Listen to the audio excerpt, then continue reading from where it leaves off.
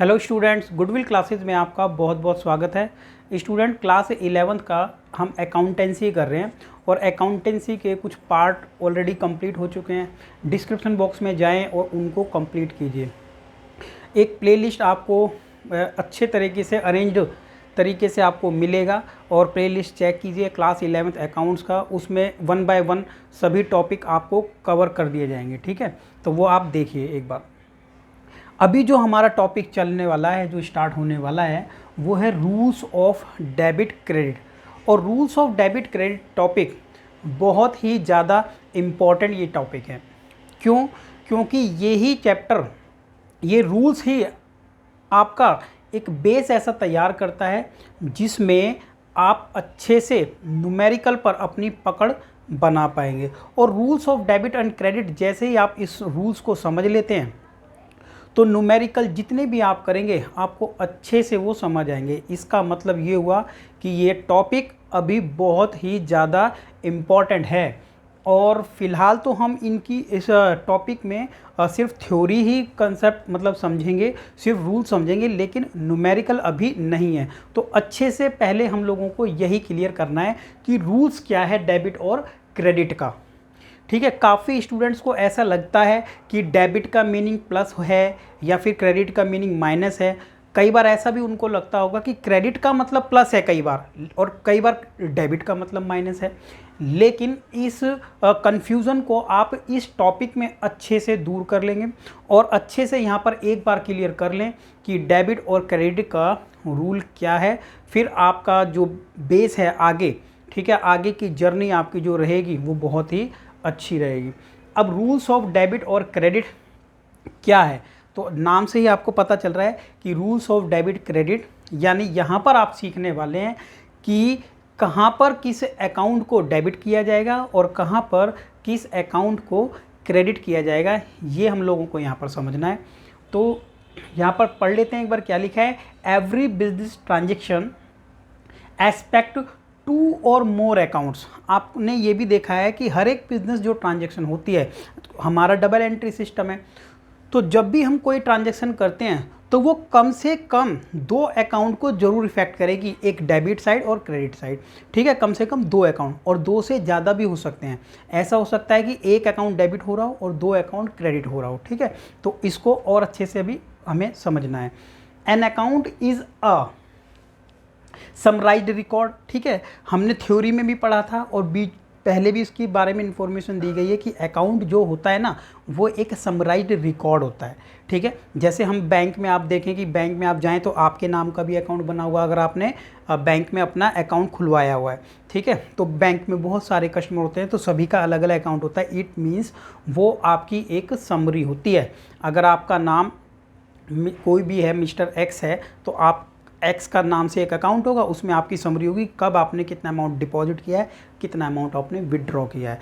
और ऐसे ही कोई वाई पर्सन है, इस तरीके से उसका भी होगा। तो ये एक समराइज्ड अकाउंट जो होता है ना, एक समराइज्ड क्या होता है, इन्फॉर्मेशन आपको मिलती है। समराइज्ड रिकॉर्ड होता है related to a particular head at a one place. एक ही प्लेस पर उसके बारे में पूरी इन्फॉर्मेशन मिल जाती है, summarised information. An account is divided into 2 parts.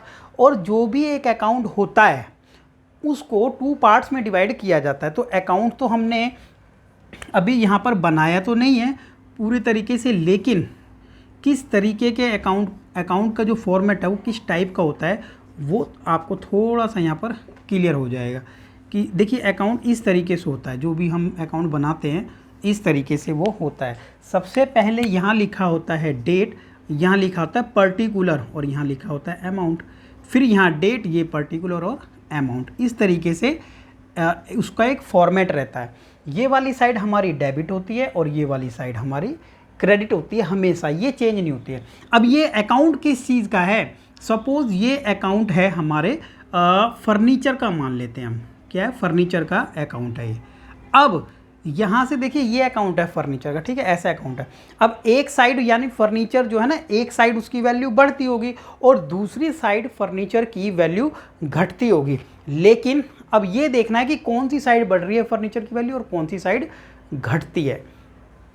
तो ये अलग अलग होता है, लेकिन फर्नीचर के केस में डेबिट साइड देखिए दोनों साइड एक जैसी है, date particular amount, date particular amount, तो ये वाली साइड डेबिट और ये वाली साइड क्रेडिट। और फर्नीचर के केस में क्या होता है कि डेबिट साइड से फर्नीचर बढ़ेगा और क्रेडिट साइड से फर्नीचर माइनस होगा। ऐसा क्यों है कि फर्नीचर डेबिट साइड से ही बढ़ता है और फर्नीचर क्रेडिट साइड से ही घटता है। लेकिन कुछ और अकाउंट भी ऐसे हैं जो कि डेबिट साइड से ना बढ़ के वो क्रेडिट साइड से बढ़ते हैं और डेबिट साइड से घटते हैं। तो ये क्या चक्कर है कि कुछ अकाउंट डेबिट साइड से बढ़ रहे हैं, कुछ क्रेडिट साइड से। तो यही रूल है कि यही हमें सीखना है कि कौन से अकाउंट डेबिट साइड से इंक्रीज हो रहे हैं और कौन से साइड अकाउंट क्रेडिट साइड से इंक्रीज हो रहे हैं। अगर ये रूल हम समझ लेते हैं तो कन्फर्म है कि हमें रूल्स ऑफ डेबिट क्रेडिट आ गया, तो फिर आगे आप कॉन्फिडेंटली अपने अकाउंट को मेंटेन कर पाओगे। तो क्या लिखा है, debit refer to left side. अभी तो यही बताया गया कि डेबिट कभी चेंज नहीं होता, ये लेफ्ट साइड ही होता है डेबिट, राइट। और ठीक है, लेफ्ट साइड डेबिट होता है of an account and credit refer to the right side of the account. ठीक है, और क्रेडिट जो है एक साइड है, कौन सी साइड है, ये वाली साइड है, राइट साइड। ठीक है, तो यहाँ पर लिखे है टू द राइट साइड लिखना था, right side of account, right. तो ये डेबिट साइड होती है लेफ्ट वाली और ये, बट प्लस और माइनस चेंज हो जाता है। कई अकाउंट यहाँ से माइनस होते हैं, यहाँ से प्लस, लेकिन कुछ यहाँ से प्लस कुछ माइनस। तो रूल यही कहता है बस कि यही रूल की बात हो रही है, कौन से अकाउंट कौन सी साइड से बढ़ते हैं या घटते हैं। डेबिट क्रेडिट चेंज नहीं होगा, ये आप लोगों को ध्यान रखना था। अब आ जाते हैं अपने पॉइंट पर कि एक्चुअल में हम क्या समझने वाले हैं। ठीक है, अब उस तरफ हम अपने आगे बढ़ते जा रहे हैं। देखिए, ये समझने के लिए कि अकाउंट्स का जो रूल है, ठीक है, वो हम लोगों को समझना है। और ये समझने के लिए स्टूडेंट हमारे पास दो अप्रोचेस है। ठीक है, टू अप्रोचेस हमारे पास है, यानी टू टाइप्स के मेथड हैं। फर्स्ट मेथड जो है वो है हमारा ट्रेडिशनल मेथड। कौन सा मेथड है, ट्रेडिशनल मेथड। तो इसको स्पेस को थोड़ा सा हम बड़ा करेंगे अभी और आपको समझाते हैं कि टू टाइप्स के मेथड हैं। तो पहले मैं आपको अपने तरीके से एक बार बता देता हूँ, लेकिन फिर आप लोगों को क्या करना है, इसके इस तरीके से जो ये लिखा हुआ है ना, ये भी आप लोगों को नोट कर लेना। ठीक है, तो एक बार स्पेस लेकर के आगे कंटिन्यू करते हैं। अभी क्या है, देखो ये स्पेस हमारे पास आ गया है और बात हमारी यहाँ पर हो रही थी कि हमारे पास टू अप्रोचेज़ हैं। ठीक है, पहला मैंने क्या बताया आपको, फर्स्ट नंबर पर मैंने आपको बताया कि हमारे पास जो दो अप्रोच हैं, जिसमें पहली जो अप्रोच है वो है ट्रेडिशनल अप्रोच, राइट। कौन सी अप्रोच है, ट्रेडिशनल अप्रोच। ठीक है, यानी हम कह सकते हैं कि टू टाइप्स के मेथड हमारे पास हैं। ट्रेडिशनल फर्स्ट, कौन सा मेथड है, ट्रेडिशनल अप्रोच,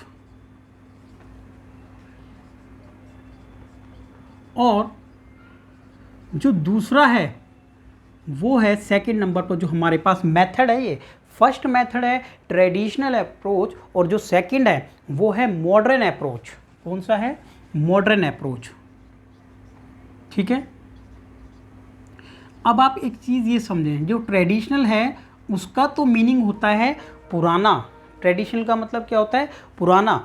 और जो मॉडर्न है उसका मीनिंग होता है नया। तो सबसे पहले तो हम ट्रेडिशनल को समझेंगे इसी में। ठीक है, कि rules debit credit traditional method में क्या था, यानी जो पुराना रूल है हमारा। ठीक है, ट्रेडिशनल का मतलब क्या होता है, ये ओल्ड मेथड समझिए आप इसको, और ये है एक न्यू मेथड, क्योंकि ये मॉडर्न है ना, तो ये न्यू मेथड है।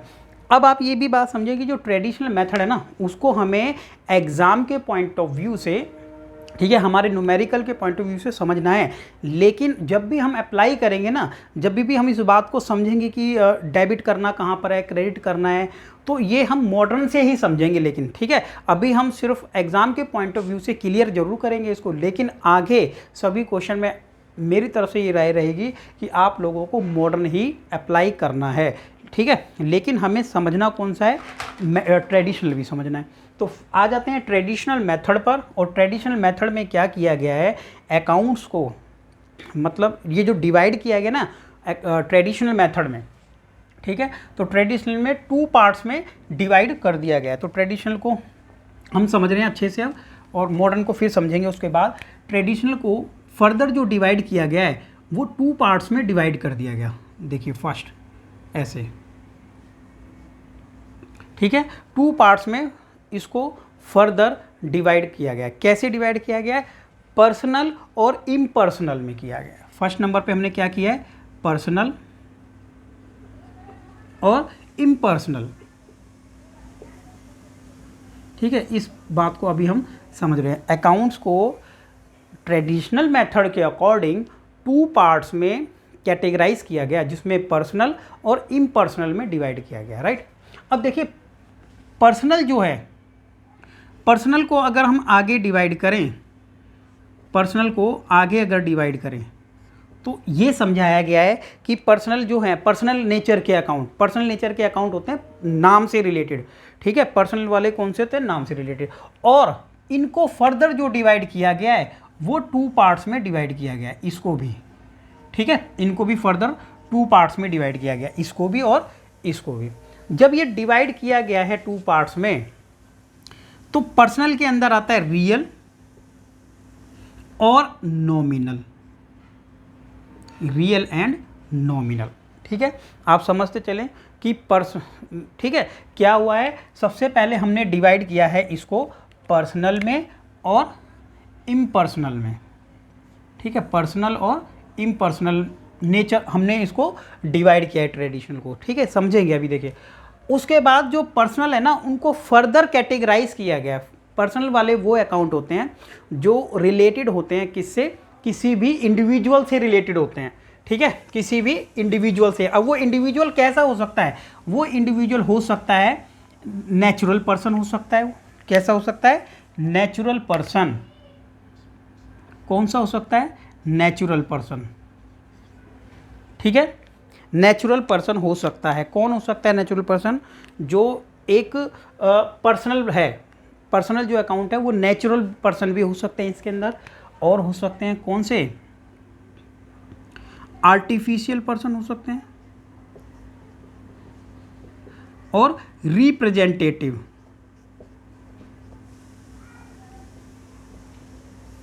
Right, representative. तो हमने ना पर्सनल अकाउंट को 3 पार्ट्स में डिवाइड किया है। किसमें? फर्स्ट नंबर पे डिवाइड किया हमने नेचुरल, सेकंड नंबर पर आर्टिफिशियल पर्सन भी हो सकता है वो, और रिप्रेजेंटेटिव भी हो सकता है। अब देखिए ये बात आपको क्लियर हो जाएगी, ठीक है। थोड़ा सा इसको लाइन ड्रॉ कर देते हैं बीच में, क्यों? क्योंकि आपस में मिक्स ना हो ये। तो देखिए पर्सनल जो नेचुरल पर्सन है ना, तो नेचुरल पर्सन कौन होते हैं? देखिए नेचुरल पर्सन होते हैं जैसे कि राम का अकाउंट है, ठीक है, राम। उसके बाद मान लेते हैं कोई, हम मान लेते हैं कि मिस्टर राम हो गया, और राम के बाद ले लेते हैं मिस्टर कोई भी नेचुरल पर्सन होगा, मिस्टर एक्स, ठीक है, मिस्टर एक्स। तो ये हमने क्या मान लिए?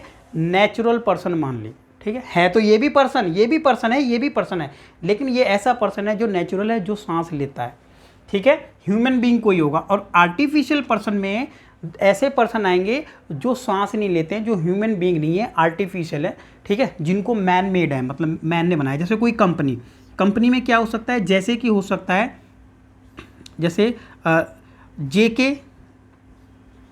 जेके लिमिटेड हो गया कोई, ठीक है, इस तरीके से। या फिर आईसीआईसीआई हो गया, आईसीआईसीआई क्या? बैंक, आईसीआईसीआई बैंक, ठीक है। तो मैंने ये एग्जांपल आप लोगों को दिया है कि कोई कंपनी है या कोई बैंक है या फिर कोई किसी कंपनी का जो नाम है, ठीक है, या फिर मान सकते हैं कि रमेश एंड ब्रदर्स हैं, तो इस तरीके से। और रिप्रेजेंटेटिव में कौन से अकाउंट आएंगे? ये देखो जेके कंपनी लिमिटेड, उसके बाद क्या आ गया? आईसीआईसीआई बैंक, ठीक है ना। तो ये एग्जाम्पल आप लोगों को बताया है। अब रिप्रेजेंटेटिव में देखिए कौन हो सकता है। देखिए रिप्रेजेंटेटिव में होता है क्या? आउटस्टैंडिंग एक्सपेंसेस के अकाउंट सारे इसमें आएंगे, क्योंकि जो आउटस्टैंडिंग एक्सपेंसेस होंगे ना, तो वो किससे रिलेटेड होंगे? आउटस्टैंडिंग एक्सपेंसेस किससे रिलेटेड होंगे? किसी पर्सन से, ठीक है भाई, किसी की सैलरी आउटस्टैंडिंग है, और या फिर प्रीपेड एक्सपेंस, ठीक है, आउटस्टैंडिंग एक्सपेंसेस या फिर प्रीपेड एक्सपेंसेस, ठीक है, राइट। आउटस्टैंडिंग या फिर प्रीपेड जो भी चीज़ें होंगी, और साथ में कैपिटल अकाउंट भी इसी में होता है, क्योंकि जो कैपिटल अकाउंट है ना, वो किसी नाम से नहीं है, लेकिन वो रिप्रेजेंट किसको करता है? तो वो पता चलता है, इसलिए रिप्रेजेंटेटिव अकाउंट यहाँ पर हो जाएगा। ठीक है। तो फिलहाल हमने कैटेगराइज किया अभी यहाँ पर कि पर्सनल अकाउंट, उसको फर्दर डिवाइड किया, लेकिन ये सभी हैं कौन से अकाउंट हैं, सभी ये हैं पर्सनल अकाउंट, पर्सनल नेचर है इनका, ठीक है। अब पर्सनल में भी हमने डिवाइड जरूर किया उसको, राइट।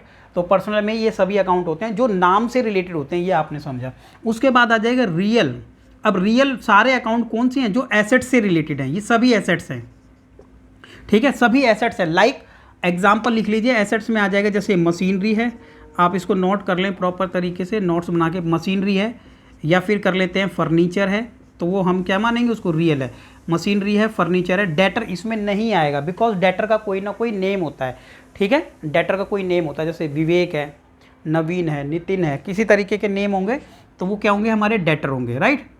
या फिर कोई कंपनी भी हो सकती है, JK एंड लिमिटेड कंपनी है, वो हमारी डेटर है क्योंकि उसको पेमेंट हमें करना है, तो वो तो इसमें आ चुका है, तो इसलिए डेटर नहीं होगा। उसके बाद गुडविल है, ठीक है, पेटेंट्स है, कॉपीराइट है, वो सब इसी में आ जाएगा, ठीक है। तो ETC मैंने लिख दिया है ये समझाने के लिए। अब बात आती है कि नॉमिनल नेचर के कौन से अकाउंट होते हैं। देखिए नॉमिनल नेचर में आएगा ऑल एक्सपेंसेस, इसके अंदर क्या आ जाएंगे, all expenses and incomes, right, all expenses and income, सभी तरीके के एक्सपेंसेस और सभी तरीके की इनकम्स इसी नेचर में आती है, नॉमिनल नेचर में आती है। तो आपने ये समझ लिया है। फिलहाल हमने ये कैटेगराइज किया यहाँ पर क्या ट्रेडिशनल में पर्सनल होता है और इम्पर्सनल होता है। उसमें देखिए मेनली अगर आप समझ रहे होंगे बात को, तो यहाँ पर 3 ही पार्ट होते हैं वैसे, ये और ये। कई बार किसी बुक में आप देखें या किसी कोई टीचर आपको समझाएगा तो बोलेगा कि ये ट्रेडिशनल में अगर हम कैटेगराइज करें तो रियल पर्सनल और नॉमिनल, बस 3 पार्ट होते हैं रियल पर्सनल। क्योंकि पर्सनल को ना कुछ ज़्यादा ही क्या कर दिया है, डिवाइड किया है वो पर्सनल ही, लेकिन पर्सनल को भी अलग कर दिया, कह रहे नेचुरल भी है, आर्टिफिशियल भी है, लेकिन ये है सभी पर्सनल। फिर भी आपको अलग अलग करके समझना इसमें जरूरी है कि कौन कौन से अकाउंट पर्सनल के अंदर आ जाते हैं। क्योंकि एग्जाम में अगर इतना भी पूछ लिया आपसे कि JK लिमिटेड कौन से नेचर का है, तो सिर्फ आपको ये बताना है कि वो पर्सनल नेचर का है, बस। आपको जरूरी नहीं है आप बताएं कि आर्टिफिशियल पर्सनल है, ठीक है, ऐसा बताने की जरूरत नहीं है। सिर्फ ये सारे अकाउंट आ गए पर्सनल में, ये सभी आ गए रियल में, और ये सभी आ गए नॉमिनल में। तो सारे एक्सपेंसेस में जैसे सैलरी है, पेड है, रेंट पेड है, इंटरेस्ट पेड है, कमीशन पेड है, ये सब यहाँ पर आ जाएगा। तो अभी आपने सिर्फ ये पहचाना है कि कौन सा अकाउंट कहाँ लायक करता है, ठीक है। तो सभी अकाउंट्स आपके सामने आ गए हैं, लेकिन अभी हमने ये नहीं सीखा है कि डेबिट किसको करेंगे और क्रेडिट किसको करेंगे, तो ये आपको समझना रह गया है बाकी। तो इसको समझने के लिए आप ये समझ लें यहाँ पर कि सबसे पहले पर्सनल में देख लें, पर्सनल के लिए क्या लिखते हैं। अगर आपने ये पहचान ही लिया है कि ये पर्सनल नेचर का अकाउंट है, अगर आपको ये पता लग गया है कि पर्सनल नेचर का अकाउंट है, ठीक है, और आपको ये पता चल गया है कि ये रियल है, और आपको पता चल गया ये नॉमिनल है, ठीक है, इतना पता चलने के बाद आपको क्या करना है, देखिए डेबिट करना है, डेबिट व्हाट्स कम इन, डेबिट व्हाट्स, ठीक है, डेबिट द रिसीवर, क्या करना था इसमें, डेबिट द रिसीवर। मतलब आपको ये पता चल गया कि ये पर्सनल अकाउंट है उसका, अगर उसको कुछ मिल रहा है तो उसको डेबिट करें, इसलिए कहते हैं डेबिट द रिसीवर, रिसीव करने वाले को डेबिट करें, और credit the giver, credit the giver, ये इसका रूल हो गया यहां पर, ठीक है। Debit the receiver, credit the giver, ये किसको कह रहा है कि अगर वो अकाउंट पर्सनल नेचर का है, सबसे पहले ये आपने पहचाना। अब अगर वो रिसीव कर रहा होगा तो आपको डेबिट, और पे कर रहा होगा तो क्रेडिट, ठीक है। तो ये हम पढ़ रहे हैं कौन सा अप्रोच पढ़ रहे हैं, ट्रेडिशनल अप्रोच जो है उससे ज़्यादा ईजी आपको लगेगा जब हम करेंगे मॉडर्न अप्रोच, ठीक है। लेकिन ये समझना आपको तो है ही। अब इस वाले में क्या करना है, ऑल एसेट्स, ठीक है, या फिर करेंगे डेबिट करेंगे व्हाट्स कम इन, ठीक है, डेबिट व्हाट्स कम इन। ये सारी रियल जो अकाउंट है हमारा किससे रिलेटेड है, एसेट से रिलेटेड है, यहाँ पे बता दिया। अब जो भी एसेट्स आएगी उसको डेबिट करना है, इसलिए लिखा है डेबिट व्हाट्स कम इन, व्हाट्स कम इन, ठीक है, और क्रेडिट व्हाट्स गोज आउट। क्या मीनिंग हुआ, मीनिंग ये हुआ कि डेबिट करो जो आता है, जो भी कुछ आ रहा है डेबिट करो। जैसे हमने फर्नीचर आया डेबिट करो, ठीक है, कैश आया डेबिट करो, ठीक है, कैश एसेट्स है ना। उसके बाद मशीनरी आई डेबिट करो, उसके बाद कुछ गुडविल आई है डेबिट करो, और गया है अगर फर्नीचर सेल किया तो क्रेडिट करो। इसलिए क्या, डेबिट करो अगर आता है, क्रेडिट करो अगर जाता है, जो भी चीज़ आती है। और नॉमिनल नेचर में क्या आते थे, सारे एसेट्स या सारे एक्सपेंसेस। तो क्या लिखेंगे, ऑल इनकम्स, पहले लिख लेते हैं ऑल एक्सपेंसेस, क्योंकि एक्सपेंसेस को डेबिट करते हैं। ऑल एक्सपेंसेस आर डेबिट, सारे जो एक्सपेंसेस होते हैं उनको डेबिट करते हैं, इसलिए लिख दिया ऑल एक्सपेंसेस आर डेबिट, ठीक है। उसके बाद लिख लीजिए all incomes are credit, all incomes are credit, जितनी भी इनकम अगर होंगी तो वो क्रेडिट की जाती हैं। तो यहाँ से ये समझ लीजिए कि सारी, अब यहाँ पे हर एक चीज़ के बारे में आप देखें तो आपको पता चल गया क्या, कि इनकम और एक्सपेंसेस, तो यहाँ के 5 टर्म्स होती हैं हमारे पास, ठीक है। आपको अकाउंटिंग क्वेश्चन आपने पढ़ा होगा, ठीक है। इसी से पहले अकाउंटिंग क्वेश्चन में आपने देखा था assets, liability, capital, asset, liability, capital, उसके बाद इनकम एंड एक्सपेंडिचर। तो 5 टाइप्स के अकाउंट हैं वो, तो 2 तो इसमें ही आ गया, एक्सपेंस और इनकम। अब बच गया कैपिटल, तो कैपिटल पर्सनल में आ गया। उसके बाद लायबिलिटी अगर किसी पर्सन से रिलेटेड है यहाँ, ठीक है। तो लेकिन उस तरीके से नहीं कैटेगराइज करे तो आपको अभी थोड़ा कन्फ्यूजन होगा, लेकिन सारे अकाउंट इनके अंदर कवर अप हो गए हैं। पर्सनल के अंदर ये जितने भी नाम से रिलेटेड अकाउंट होंगे, एसेट से रिलेटेड ये, और एक्सपेंस और इनकम से रिलेटेड ये। तो ये पूरा का पूरा ये जो चार्ट हम लोगों ने बनाया है, या हमने इसको जो ये समझा है, तो ये पूरा हमारा ट्रेडिशनल अप्रोच है। उसके बाद अगर हम इस बात को जो समझते हैं अपने इस यहाँ पर, तो इसमें भी यही लिखा हुआ था, ठीक है। आप लोगों ने ये नोट कर लिया होगा, ठीक है, और नहीं किया तो बैक जाके इसको नोट कर लीजिए। वही चीज़ें यहाँ पर भी लिखी हुई हैं, ये सभी, ठीक है, ये सभी चीज़ें वही लिखी हुई हैं। उसके बाद फिर हम दोबारा से अपने मॉडर्न अप्रोच पर आ जाएंगे, और मॉडर्न जो अप्रोच है वो बहुत ही ज़्यादा ईजी है इससे, है ना। तो देखते हैं अभी आगे मॉडर्न अप्रोच अपनी करेंगे। थोड़ा सा इसको और कवर कर लेते हैं कि यहाँ पर क्या क्या लिखा हुआ है। तो देखिए क्या लिखा है कि ट्रेडिशनल जो अप्रोच है उसको हमने कैटेगराइज किया था पर्सनल अकाउंट में, ठीक है। और पर्सनल में क्या बताया उसने, देखिए पर्सनल में क्या क्या आया। पर्सनल को बोला गया कि 3 पार्ट में होते हैं, नेचुरल पर्सन, आर्टिफिशियल और रिप्रेजेंटेटिव। तो पर्सनल में नेचुरल पर्सन कौन से थे, जो हमने पर्सनल इसको डिवाइड किया था ना, पर्सनल, रियल और नॉमिनल। तो पर्सनल को फर्दर डिवाइड किया 3 पार्ट्स में, नेचुरल, आर्टिफिशियल और रिप्रेजेंटेटिव। याद करें इसको, बार बार इस चीज़ को दोहराएं। तो जितना है ये सब जरूरी ही है, इसमें कट नहीं किया जा सकता है वैसे कुछ भी, राइट। तो पर्सनल में वो पर्सन है जो नेचुरल पर्सन है, और आर्टिफिशियल में तो नाम से ही पता, आर्टिफिशियल मतलब कुछ बनावटी है, जैसे रिलायंस लिमिटेड, एक्स लिमिटेड, और यहाँ पर नाम बता दिया गया जैसे कि श्याम और राम, और उसके बाद Reliance limited, XYZ limited. Representative में आगे कोई कैपिटल या फिर आउटस्टैंडिंग सैलरी या प्रीपेड भी आ सकता है, राइट।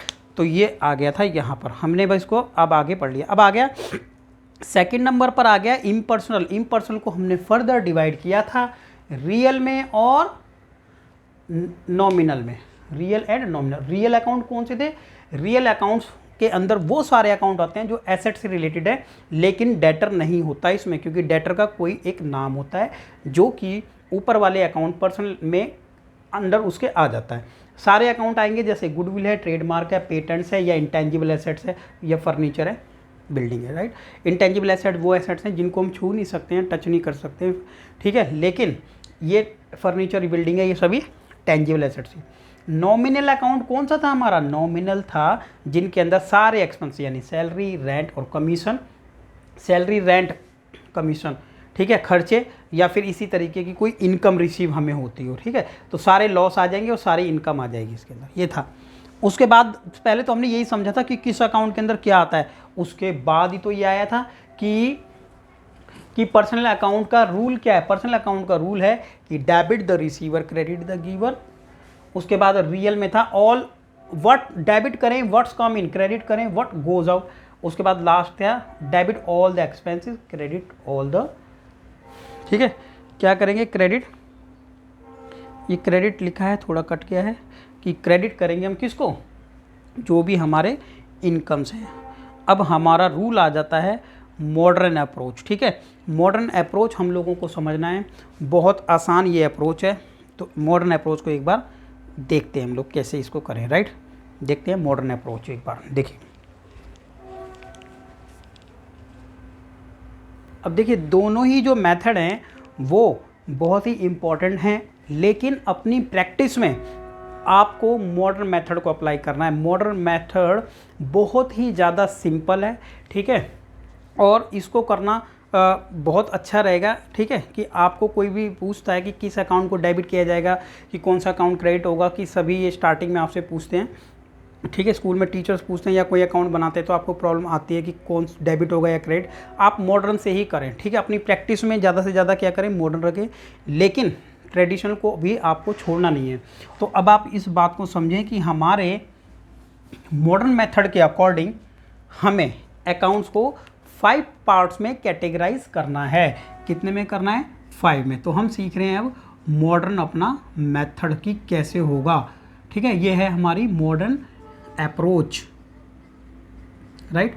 मॉडर्न अप्रोच के अकॉर्डिंग हम लोगों का जो अकाउंट है वो 5 पार्ट्स में डिवाइड होगा। अब 5 में देखो किस तरीके से कर लेते हैं। अब इसको हम टी शेप अकाउंट ऐसे बोलते हैं कि टी शेप में ऐसे हमने बना लिया, ठीक है। तो हमने बनाया यहाँ पर 1 2, ठीक है, 1 2, ये हमारे अकाउंट हैं, कुछ इस तरीके से होते हैं ना। तो 3 और एक यहाँ पर बना लेते हैं, 4 यहाँ बना लेते हैं, ठीक है। 5 बनाने हम लोगों को टोटल, ये हो गया हमारा 5, राइट। इस तरीके से हमने 5 बना लिए, ठीक है। ये जो फर्स्ट वाला है हमारा, इसको हमने लिख लिया एसेट्स अकाउंट। कौन सा हो गया हमारा ये, डियर स्टूडेंट, एसेट्स हो गया। दूसरा हमारा हो गया एक्सपेंसेस। ये दो एक साथ लिख लेना, ठीक है। तरीका भी यही है कि दोनों को एक साथ लिख लेना। क्यों, क्योंकि ये दोनों सिमिलर चलते हैं।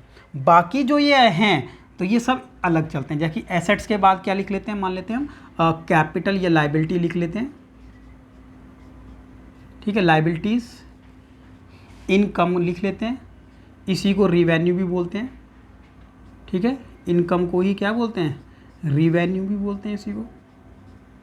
और लास्ट में लिख लेते हैं जो बच गया है कैपिटल। आपने देखा था, अगर आप कंटिन्यू क्लासेस कर रहे हैं ये, तो आप लोगों को समझ आएगा, ठीक है। क्योंकि जब आप फर्स्ट स्टार्टिंग से देखेंगे तो आपको सब समझ आएगा। ये कुछ बातें ऐसी होती हैं पहले बता दी गई हैं, तो उसी के बेस पर आगे आपको बताया जाता है, इसलिए स्टार्टिंग से आपको देखना ज़रूरी है। तो सबसे पहले हमने अपने अकाउंट्स को डिवाइड किया 5 पार्ट्स में, ठीक है। और ये टी शेप अकाउंट है, इसमें ये बताया जा रहा है कि ये साइड डेबिट है, ये क्रेडिट है, वो कभी चेंज नहीं होती है, ठीक है। ये अकाउंट ही जैसे होता है उसी तरीके से डेबिट क्रेडिट है ये, ठीक है। कि डेबिट इधर होता है और क्रेडिट उधर होता है, ये वही चीज़ हमने यहाँ पर लिख ली है, ठीक है। कि चेंज नहीं होता है डेबिट क्रेडिट, लेकिन पूरा अकाउंट नहीं बना के दिखाया जाएगा। इसको टी शेप अकाउंट बोल देते हैं। टी शेप इसलिए बोल देते हैं क्योंकि ये टी शेप टाइप हो जाता है ना, ये डेबिट हो गया, ये क्रेडिट, बीच में लाइन होगी, इसलिए ये टी टाइप का हो जाता है। टी शेप अकाउंट इसको कहते हैं। तो assets, expenses, liability, revenue and capital 5 parts में डिवाइड किया। अब डेबिट तो यहाँ होता है, ये तो चेंज होता ही नहीं है, ठीक है। डेबिट और क्रेडिट तो चेंज होता ही नहीं है, तो उसमें तो कन्फ्यूज़न नहीं होगी, डेबिट और उधर क्रेडिट। अब प्लस या माइनस किस साइड होगा ये हम लोग को देखना है। प्लस का मतलब होगा इंक्रीज होना और माइनस का मीनिंग रहेगा डिक्रीज होना। तो देखो याद करने का बहुत आसान तरीका है। यहाँ पर सबसे पहली बात तो ये भी है कि एसेट्स, कौन कौन से अकाउंट एसेट्स के अंदर आते हैं। तो देखो एसेट्स के अंदर क्या क्या आते हैं ये आप लोगों को पता होगा, ठीक है। तो ये एसेट्स के अंदर क्या क्या आता है, मैं ये चीज़ ऊपर लिख देता हूँ, ठीक है, कि एसेट्स में क्या क्या आता है। जैसे एसेट्स में आता है कैश भी आता है, बैंक भी आता है, ये भी आप भी लिख लेना ऐसे, कैश आता है, बैंक आता है, और furniture, right, furniture and machinery, ठीक है, कंप्यूटर, ठीक है ना। सब कुछ आप लिख लें, जो भी आपको याद आ रहा है वो भी लिख सकते हैं, सारे एसेट्स, ठीक है। अब मैंने लिख दिया ETC, ठीक है। यहाँ पर बैंक भी लिख लिया हमने, ठीक है। उसमें जबकि बैंक क्या हुआ था, अलग आया था। तो आप लोगों को दोनों मेथड्स में कंफ्यूज नहीं होना है, दोनों को अलग अलग रखें और इसको मेन मेथड माने आप, ठीक है। मॉडर्न है तो नया है, यानी अच्छा यही होगा, तो हमने मान लिया ये है यहाँ पर। उसके बाद एक्सपेंस लिख लेते हैं, सारे एक्सपेंस आपको पता ही है। रेंट पेड यहाँ लिखते हैं ऊपर, ठीक है, ऊपर लिखते हैं क्योंकि यहाँ पे समझाने के लिए स्पेस रहेगा। रेंट पेड, सारे खर्चे ही तो लिखने हैं बस, तो रेंट लिख लेते हैं, ठीक है ना। वो उधर है, ये पेड वाली चीज़ें होंगी सब, ये रेंट पेड, ठीक है। और रिसीव होगा तो इनकम हो जाएगा, कमीशन पेड, ठीक है ना। सारे खर्चे आप लोगों को लिखने, मैं सब नहीं लिखूंगा यहाँ पर, सिर्फ आपको समझाने के लिए। इंटरेस्ट है या फिर किसी भी तरीके की कोई रिपेयर मान लेते हैं, राइट। और मैंने लिख दिया यहाँ पर इलेक्ट्रिसिटी बिल भी आएगा ETC, ऐसे लिख लिया सिर्फ समझाने के लिए। अब रिवेन्यू भी लिख लेते हैं, जैसे कि रेंट रिसीव होता तो यहाँ आ जाता रेंट रिसीव, कोई कमीशन रिसीव होता तो यहाँ आ जाता, ठीक है, रिसीव, और कोई डिस्काउंट रिसीव होता तो यहाँ आ जाता। ये सब रिसीव वाले हैं, ETC, राइट, ठीक है। पेड कर रहे हैं तो एक्सपेंस है, रिसीव कर रहे हैं तो हमारे लिए रिवेन्यू है या इनकम है। कैपिटल में सिर्फ कैपिटल ही आता है, ठीक है। An amount invested by the proprietor is called capital. तो कैपिटल क्या हो जाएगा, एक अमाउंट ऐसा जो मालिक ने इन्वेस्ट किया, सिर्फ एक ही रहेगा। लाइबिलिटीज़, लाइबिलिटीज़ में आएंगे क्रेडिटर, क्या आ जाएंगे, क्रेडिटर। इस ये नेचर, इसके अंदर क्या होगा, समझ रहे हैं ना आप, लाइबिलिटी वाले नेचर, जिन अकाउंट का जो नेचर है वो लाइबिलिटी नेचर है, वो सारे हम मान रहे हैं कि इस तरीके से उनका रूल चलेगा डेबिट क्रेडिट का, ठीक है ना। तो वो सारे इसके अंदर आ जाएंगे। तो जैसे क्रेडिटर है, या फिर कोई आउटस्टैंडिंग एक्सपेंस है वो लाइबिलिटी होती है, या फिर लोन है, या फिर बैंक ओवरड्राफ्ट है। बैंक ओवरड्राफ्ट का मीनिंग क्या होता है, बैंक से पैसे ज़्यादा निकाल लेना, ठीक है, अपनी लिमिट से ज़्यादा जब हम निकाल लेंगे, हमारे अकाउंट की लिमिट जितनी थी, ठीक है, उससे ज़्यादा हमारे अकाउंट में जितने पैसे थे वो ज़्यादा निकाल लेना, नेगेटिव में माइनस में चला जाएगा आपका अकाउंट, तो उसी को हम कहते हैं बैंक से ज़्यादा पैसे निकाले, यानी बैंक ओवर ड्राफ्ट हो गया, ठीक है। तो ये तो सबसे पहले हमने यही क्लियर किया है कि कौन से अकाउंट के अंदर क्या क्या आता है, ये आपको पता भी चल गया जब हमने वो मेथड किया। अभी कौन सा, ट्रेडिशनल मेथड। तो ट्रेडिशनल मेथड जब हम लोग कर रहे थे तो वहीं से आप लोगों को वैसे क्लियर हो गया काफ़ी कुछ कि एसेट्स में क्या है, रिवेन्यू में क्या है, ठीक है, और एक्सपेंसेस क्या है, लाइबिलिटी क्या है, और कैपिटल क्या है। अब देखो कि कौन सा अकाउंट कहाँ से बढ़ता है। सिंपल है बहुत, इसको ध्यान रखना। कैसे करेंगे, एसेट्स का जो अकाउंट है वो डेबिट साइड से बढ़ता है, और एक्सपेंसेस का जो अकाउंट है वो भी डेबिट साइड से बढ़ता है। तो ध्यान रखें कि एक्सपेंसेस और एसेट्स यही ऐसे अकाउंट हैं जो डेबिट साइड से बढ़ते हैं, तो बाकी डेबिट साइड से नहीं बढ़ते हैं। तो बाकी कौन सी साइड से बढ़ते होंगे, तो ये क्रेडिट साइड से बढ़ते होंगे। तो इसका मतलब ये वाला रूल तो बहुत ही आसान हुआ। तो जब ये इस साइड से बढ़ते होंगे तो कन्फर्म है जो इनकी अदर साइड है, ये वाली साइड जो होगी, तो ये तो क्रेडिट साइड से, ये डेबिट साइड से घटती है, और जबकि ये क्रेडिट साइड से घटती है। तो बस ऐसे ही हम लोगों को साइन लगा देना है, और यहीं पर क्लियर हो जाता है हमारा रूल्स ऑफ डेबिट क्रेडिट। कौन से मेथड से, मॉडर्न मेथड से, मॉडर्न अप्रोच से। तो आपने देखा कि हमने अकाउंट्स को सबसे पहले डिवाइड किया है 5 कैटेगरीज़ में, और 5 कैटेगरीज में करने के बाद ही तुरंत आप आराम से याद कर सकते हो कैसे, एसेट्स और एक्सपेंसेस 2 पार्ट में, जैसे ये हो गए और ये सब अलग। आपको माइंड में रखना है कि एसेट्स और एक्सपेंस इसी टाइप के, इसी नेचर के अकाउंट्स, एसेट्स नेचर के हों और एक्सपेंस नेचर के हों, सिर्फ वही डेबिट साइड से बढ़ते हैं। अगर आपने इतना याद रख लिया तो पूरे पे आप टिक कर सकते हो स्टार्टिंग में, ठीक है। आप खुद भी बना के से देख सकते हो, जब भी क्वेश्चन करोगे या स्टार्टिंग में आप करते हो तो सीधा इस तरीके से ड्रॉ करो, और ध्यान रखो सीधा ये और ये अकाउंट डेबिट साइड से बढ़ गए, तुरंत आपको क्लियर होगा माइंड में कि क्रेडिट साइड से ये वाले अकाउंट इंक्रीज होंगे, तो बाकी साइड पे आप माइनस लगा दोगे। तो सिंपल हो गया कि ये डेबिट साइड से बढ़ता है, क्रेडिट साइड से घटता है, ये डेबिट साइड से बढ़ रहा है और क्रेडिट साइड से घट रहा है, तो ये तीनों इससे रिवर्स चलते हैं। तो इसलिए आपके माइंड में जो कन्फ्यूजन पहले से चल रहा था कि क्या डेबिट का मतलब बढ़ना होता है, तो नहीं होता डेबिट का मतलब बढ़ना, क्योंकि डेबिट का मतलब घटना भी हो सकता है। क्या क्रेडिट का मतलब बढ़ना होता है, तो क्रेडिट का मतलब बढ़ना है, लेकिन यहाँ है, यहाँ तो है लेकिन वहाँ नहीं है। तो इसलिए ये माइंड से आप निकाल दीजिए कि डेबिट को या क्रेडिट को प्लस माइनस मान के नहीं आप लोगों को चलना है, ठीक है। हमारी अकाउंट्स की 2 साइड्स होती हैं, ठीक है, अकाउंट्स की 2 साइड होती हैं, तो कन्फर्म है ये वाली डेबिट और ये क्रेडिट। लेकिन ये ज़रूरी नहीं है कि डेबिट साइड से अकाउंट बढ़ता है। जैसे कि हमारे लेफ़्ट और राइट हैंड है, तो मेरा जो लेफ़्ट या राइट है, तो मेरा राइट हैंड जो है, तो मैं राइट हैंड जिससे लिख रहा हूँ तो ये मेरा राइट हैंड है, और ये वाला मेरा लेफ़्ट हैंड है, ठीक है। और आप सभी का भी जो राइट हैंड रहेगा वो यही रहेगा, या राइट साइड रहेगी यही, और लेफ़्ट यही रहेगी, वो चेंज नहीं होती कभी भी। लेकिन ये ज़रूर चेंज हो सकता है कि आप राइट से ना लिख करके लेफ़्ट से लिखते हो, ऐसा पॉसिबल है, लेकिन आपका लेफ़्ट और राइट चेंज नहीं होगा। ऐसे ही अकाउंट्स का डेबिट और क्रेडिट तो चेंज नहीं होगा, डेबिट जहाँ है वहीं रहता है, क्रेडिट जहाँ है वहीं रहता है, लेकिन वो इंक्रीज़ या डिक्रीज़ कहाँ से होता है ये ज़रूर चेंज हो सकता है। तो इसलिए आप लोग इस बात को ऐसे समझ सकते हैं कि आपका ये राइट है और ये लेफ़्ट है, ठीक है, तो आप राइट साइड से लिख रहे हो, लेकिन बहुत से लोग होते हैं वो लेफ़्ट साइड से भी, अपने लेफ़्ट हैंड से भी लिखते हैं, ठीक है ना। तो ऐसा ही आप कुछ कंपैरिजन करके, ठीक है, इसको ऐसे समझ सके कर सकते हैं, ठीक है। तो कुल मिलाकर ये हुआ कि 5 पार्ट्स में हम लोगों ने डिवाइड किया, और डेबिट और क्रेडिट का रूल क्या है वो आपके सामने।